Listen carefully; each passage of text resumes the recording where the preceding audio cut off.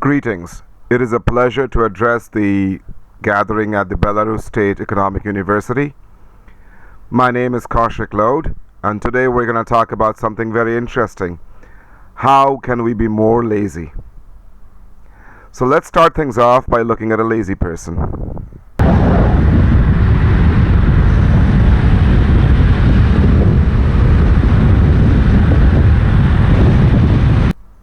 Well, he is definitely lazy. He is not pedaling, he's not even sitting.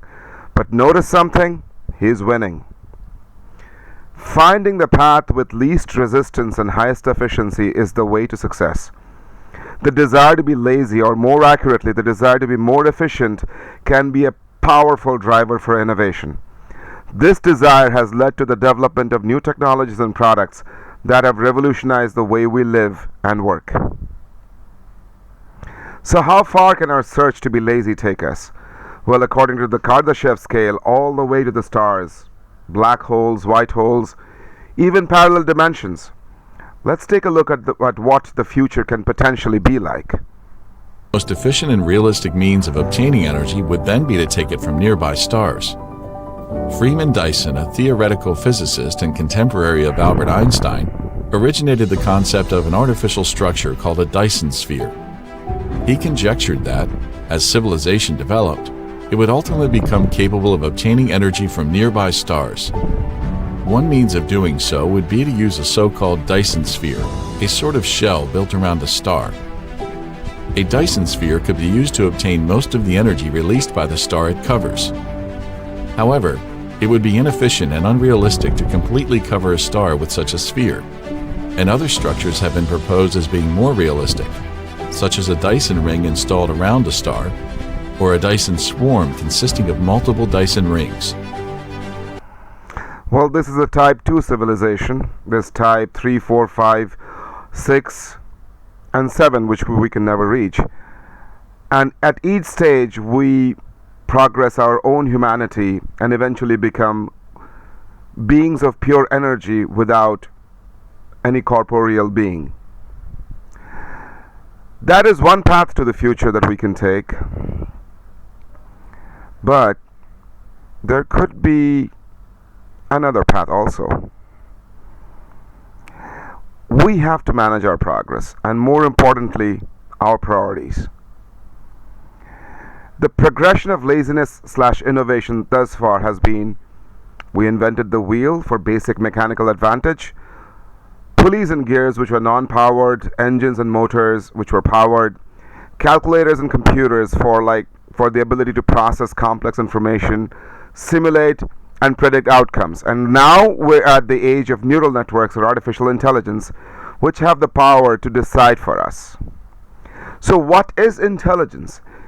Intelligence is the ability to make the right decisions. We base our decisions based on historical precedents, logical conclusions to existing circumstances, extenuating circumstances, etc.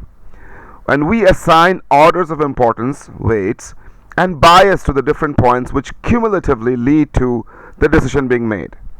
The neural network that makes the decision is what is commonly and dramatically called artificial intelligence. And it does it in exactly the same way.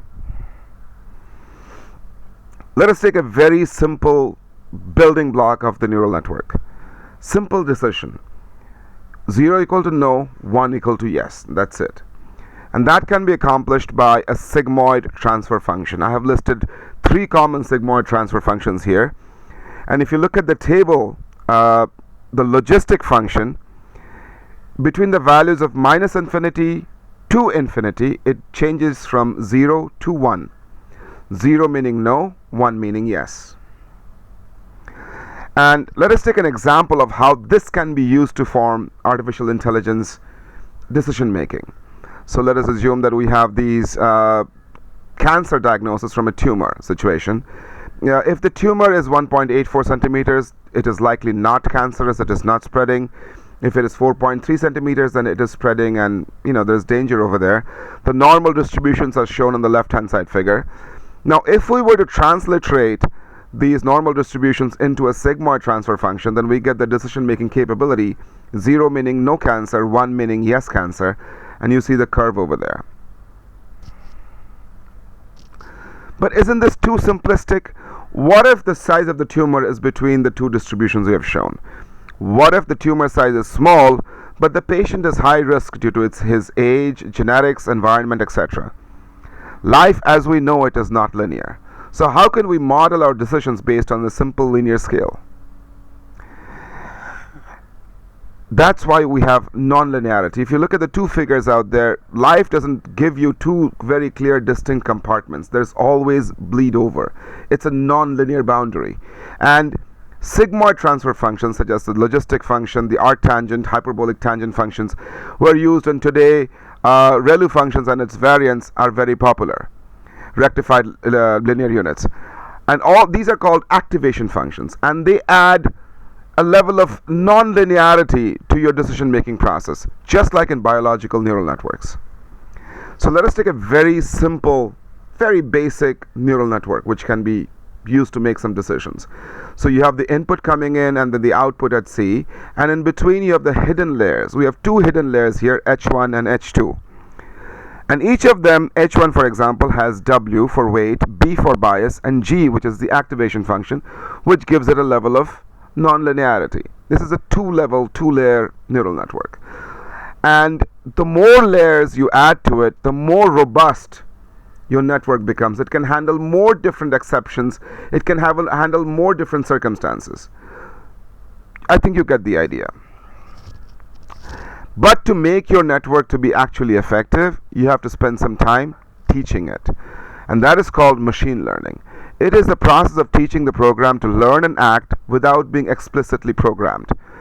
The program learns through its experience. Machine learning on steroids is actually called deep learning, also known as deep structured learning or hierarchical learning, which uses a large number of hidden layers, like you saw in the previous slide, typically more than 6, and actually a lot higher, of non-linear processing to extract features from data and transform the data into different level of abstractions, representations. And there's also other forms of learning such as cluster learning, Bayesian networks, reinforced learning, and there's a lot more. The more layers you have in a network, the more time you spend teaching it, the more robust your artificial intelligent neural network is. So how can artificial intelligence help you to be lazy? Well, I'm an engineer, and I was very impressed at what AI did with this fuel injection system for rocket modules. Take a look.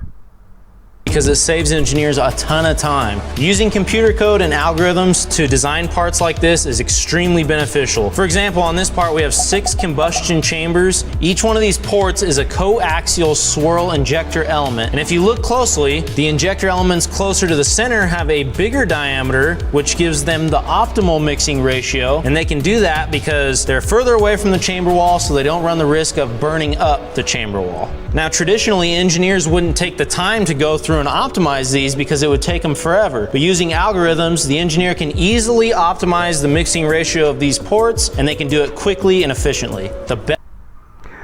There you go. Right now, artificial intelligence is being used for a host of different things. For homeland security, for autonomous driving, courses are being offered at MIT. Then there's drug discovery.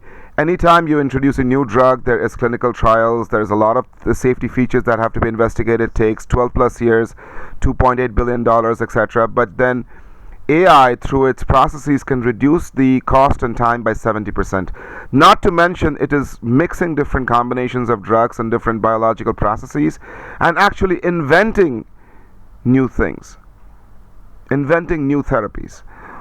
We human beings can do it too, but the way AI can do it, the way it is dedicated to this particular function, and it has the ability to cover all the different nuances, is something human beings cannot do. So the applications and the potential for AI is limitless. So how can this help you guys? It introduces unbelievable efficiency, or rather unbelievable ability to be lazy. Improved data analysis. It can help economists to analyze large data sets more quickly and accurately. And this can be great for tracking economic trends, identifying patterns, and making predictions about future economic outcomes. Enhanced decision making. AI can help you guys to make more informed decisions by providing you with real-time data and analysis. And this can be useful for everything from forecasting economic growth to developing economic policies. Automation of routine tasks. AI can help you economists to automate routine tasks, freeing you up to focus on higher level analysis and strategic thinking. This can include everything from data entry, analysis, report writing, presentation preparation, etc. This AI will help you improve forecasting, and it will help you guys make more accurate predictions about economic outcomes. This can be useful for everything from predicting stock prices to estimating the impact of policy change. More efficient resource allocation. AI can help to optimize the resource allocation by analyzing data and identifying the most effective use of resources. This can be useful for everything from allocating government budgets to optimizing supply chains. And for students of economics, understanding AI and its applications can be important for staying competitive in the job market. Right now, many employers are looking for candidates who can leverage AI to improve decision making and drive business outcomes.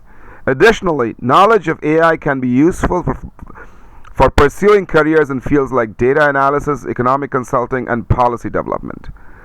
I want you guys to make this your own. Artificial intelligence has a lot of misconceptions about it. It is a program, and unlike how Hollywood likes to show it like a sentient being, that's not what it is. It is a program, and as Dr. Harrison of Syracuse University, an ancient professor who taught the professors who taught me, used to say, garbage in, garbage out. How you train your AI, the different layers and different levels that you add to the AI, the weights, the biases, the activation functions, that determines how your AI will function.